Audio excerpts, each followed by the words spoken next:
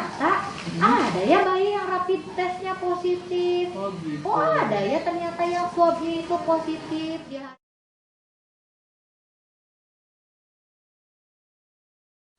Oke, balik lagi nih ya. Sekarang itu kan lagi COVID nih, pandemi seluruh dunia katanya gitu ya. Ada nggak sih teh neonatus gitu yang positif COVID? Karena memang kan isunya awal-awalnya pas waktu di Wuhan nih, kan data yang terinfeksi itu katanya resikonya rendah nih untuk anak kemudian neonatus gitu. Gimana sekarang kalau di Indonesia?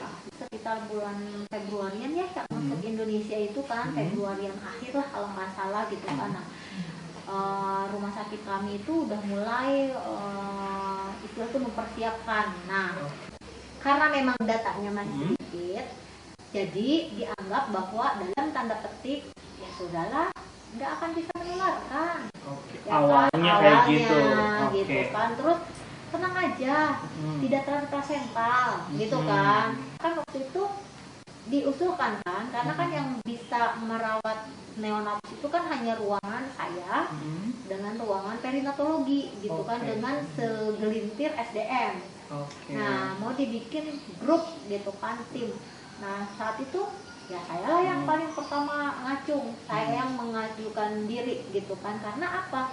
Ini adalah pandemi, ini adalah baru, ini adalah buta semuanya.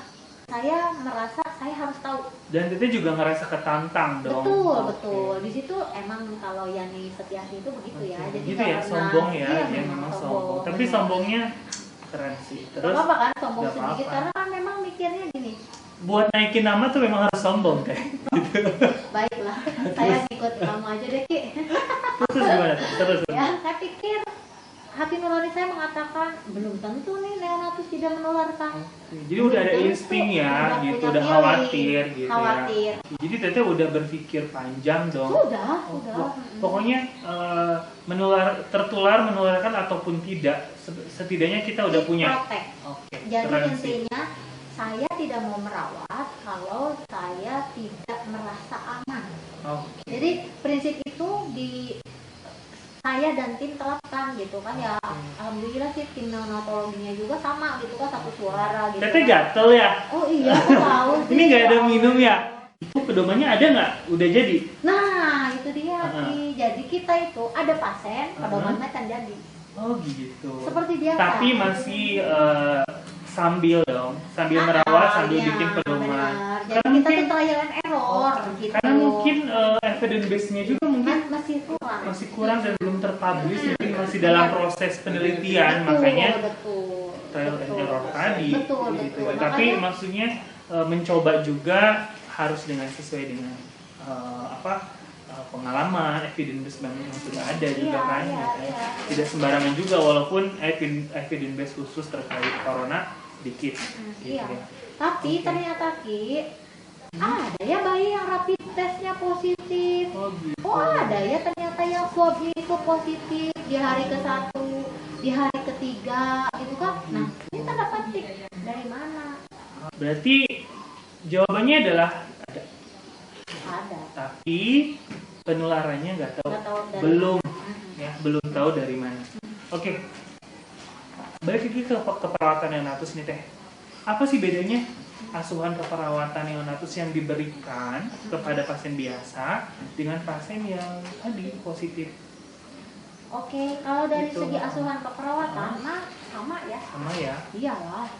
Karena ada asuhan itu kan ada 5-nya. Ada 5. Pengkajian, diagnosa, perencanaan, implementasi, evaluasi. Sama aja ya. Cuman prosesnya yang proteksinya. Kalau kita memberikan pelayanan di bukan era COVID, kita kan bisa dengan leluasa. Kepuasan batinnya itu puas banget kan. Mau interaksi dengan keluarga no problem, mau interaksi touching dengan istilahnya tuh dengan pasiennya.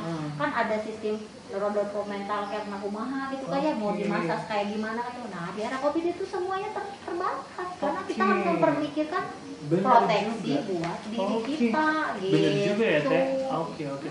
Sempat dulu saya pernah lihat video nih, tapi katanya sih itu COVID positif tapi dewasa.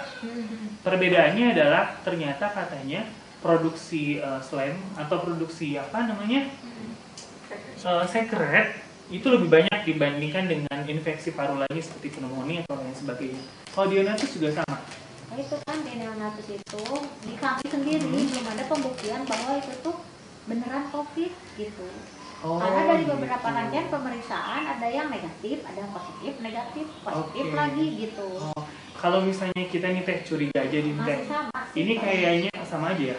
Kalau menurut saya sih kemarin yang terpasang ventilator gitu kan dengan pneumonia berat, tapi hasil swabnya rapid testnya positif, hasil swabnya negatif.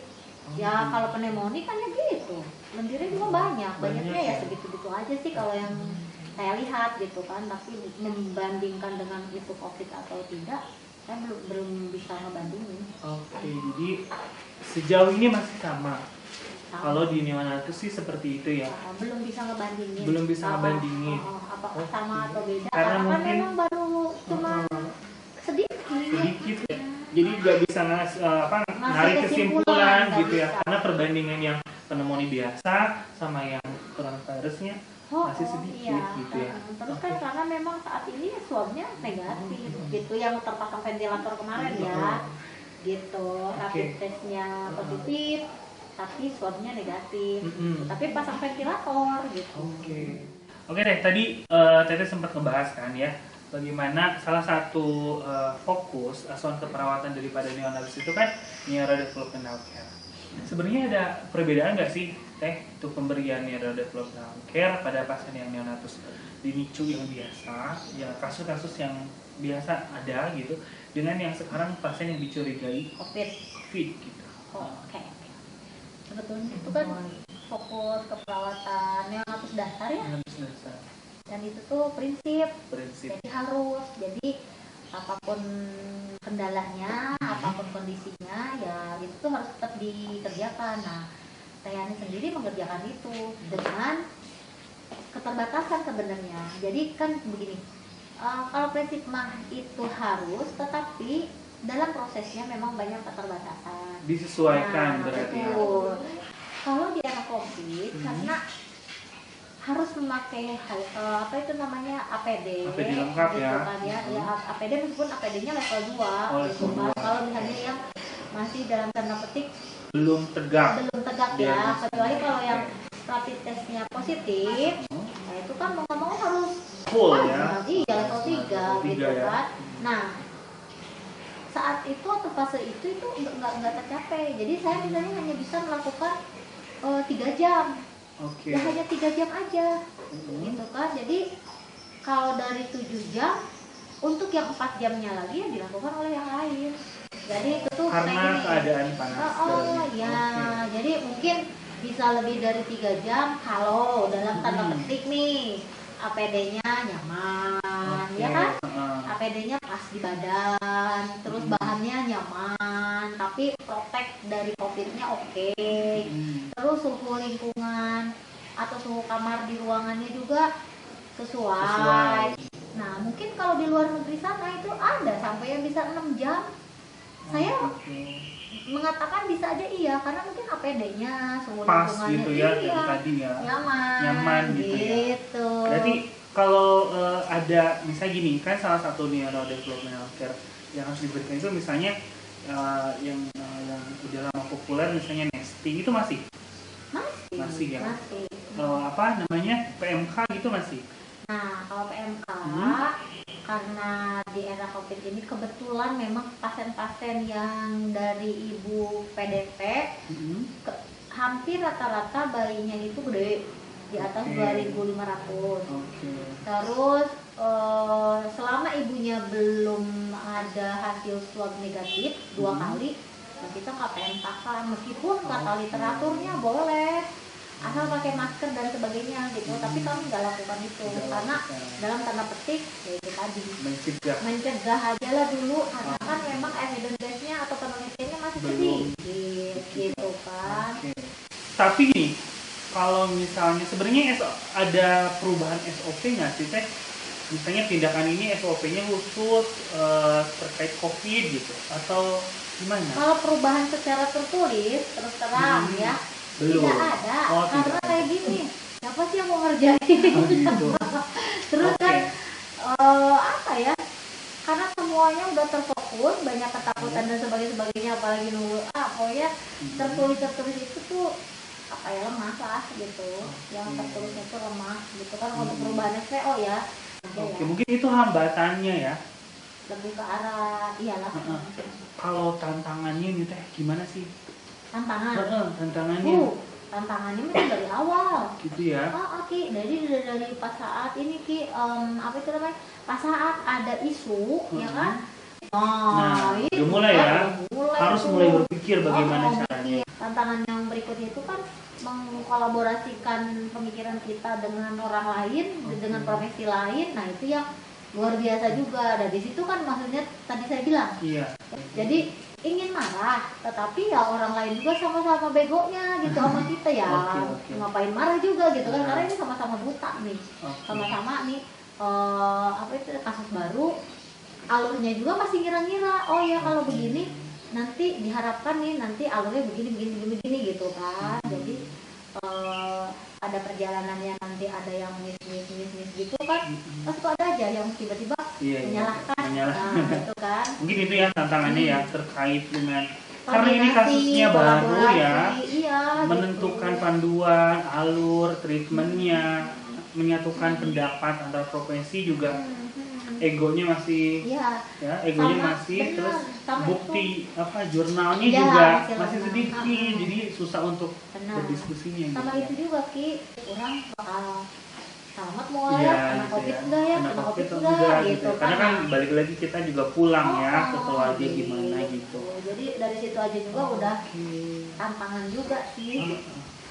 Jadi hambatan udah tantangan, kebayang juga sih dukanya kayak gitu ya. Sukanya teh gimana teh? Sukanya satu apa tuh? sebenarnya, sukanya hanya satu sih, bisa menjadi tim COVID ya pada situasi COVID gitu kan, yang kalau tidak terjadi lagi ya cuma saat ini doang gitu kan. Merasa bangga disebut dengan garda terdepan. Kalau menurut saya sih nggak setuju ya garda terdepan, garda terakhir menurut saya kalau di rumah sakit. Karena garda terdepan itu masyarakat, gitu. Bener nggak sih teh? Ya kalau menurut saya dari mana kita memandangnya. Kalau misalnya lingkupnya hanya rumah sakit, ya kan, rumah sakit kan banyak bagian, ya kan, ada bagian logistiknya, ada bagian apanya, ada bagian perencana apa-apanya. Nah kita adalah pelaksananya, itu garda terdepan juga. Gitu. Kalau di luar rumah sakit, kalau misalnya skupnya luas itu masyarakat ya. Masyarakat misalnya atau RT, RW. Mana negara terdepan mana RT berarti kan gitu.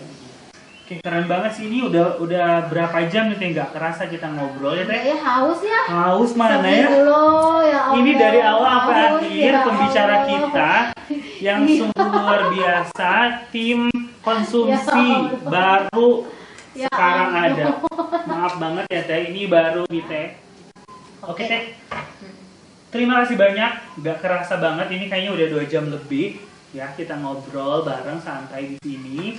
Pokoknya semoga para lanterners semua di rumah di sana ya, netizen lanterners di sana bisa ambil hikmah, ya. Kita kayak ustad aja ya, kayak Mama Dede dan AA. Enggak, beda ini ya. Semua lanterners yang ada di rumah nih, para netizen lanterners, jangan lupa subscribe channel YouTube kami, like and share. Dan kalau bisa nih, kalian silahkan komen di bawah. Kira-kira untuk episode kedua, kalian mau dengerin cerita tentang apa nih?